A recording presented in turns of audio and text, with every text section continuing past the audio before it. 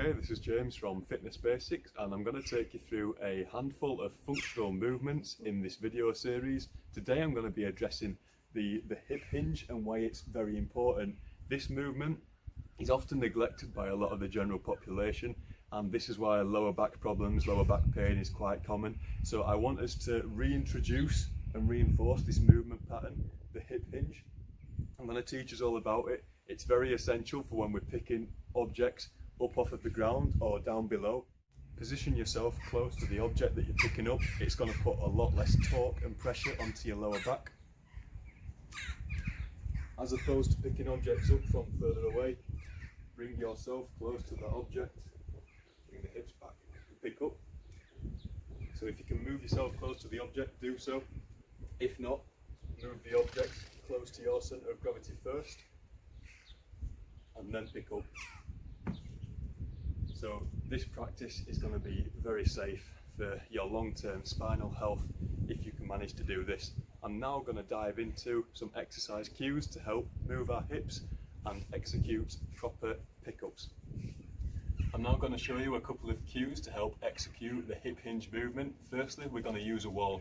So be conscious that in a hip hinge movement, we're going to have more movement at the hips than we are at the knees, because a squat is more movement at the knees, but a hip hinge movement is more moving at the hips.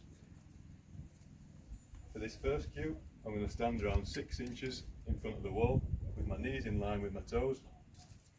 And what we want to do is we want to try and bring our hips back towards to touch the wall, fire our glute and extend our hips to stand up square and straight.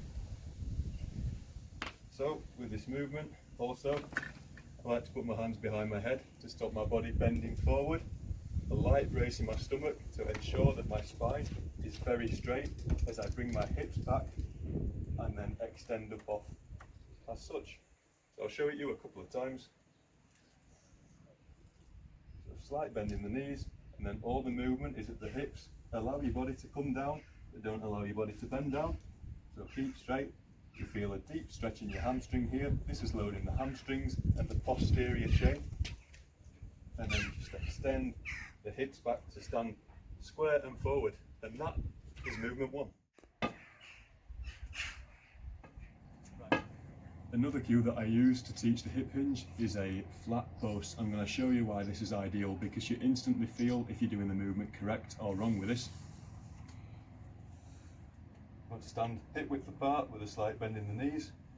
The post comes behind my back. 2 points of contact. The first, the top of my head. The second, just by my bum. And then if I start to ease my hips back, slight pull in the hamstrings, I've got 2 points of contact still. I'm performing this correct. If I start to bend my back, I've lost this point of contact. So I need to try and find the point of contact, reset, and then perform again. So you instantly know if you're performing this movement good, if you can still feel both your points of contact. If you start to lose it, you know that you're instantly performing it wrong. It's a brilliant cue to perform and learn the hip hinge, because this post ensures that you are performing it correctly when it is in contact with your head and your bum. That's movement 2. Now hopefully you're starting to see how the hip hinge works. This cue is going to help us just to be able to bring the body forward and the hips further back. So what we're going to do is you're going to wrap that band around my hips. There we go, yep. Okay, I'm going to stand, take the band, I'm going to stand hip width apart, knees in line with my toes, slight bend in the knees, and then she's going to imagine pulling my hips back. I'm going to put my arms out in front of me, bring my hips back. The arms out in front is to stop my body rounding forward. I'm keeping upright with a braced stomach, and now my back is perfectly straight and my hips are back. There's a slight pull in the hamstrings because we're loading our hamstrings here, and then I'm just going to extend up, and that's really going to help you master the hip hinge through moving at the hips and bringing the body down and not flexing the body down. Perfect. The final tip I'm going to share is using a kettlebell. In case your upper body is still rounding forward, when you bring your hips back, if it's just rounding forward, you can use a kettlebell. If you're a guy, press it against the chest. If you're a woman, down towards the stomach.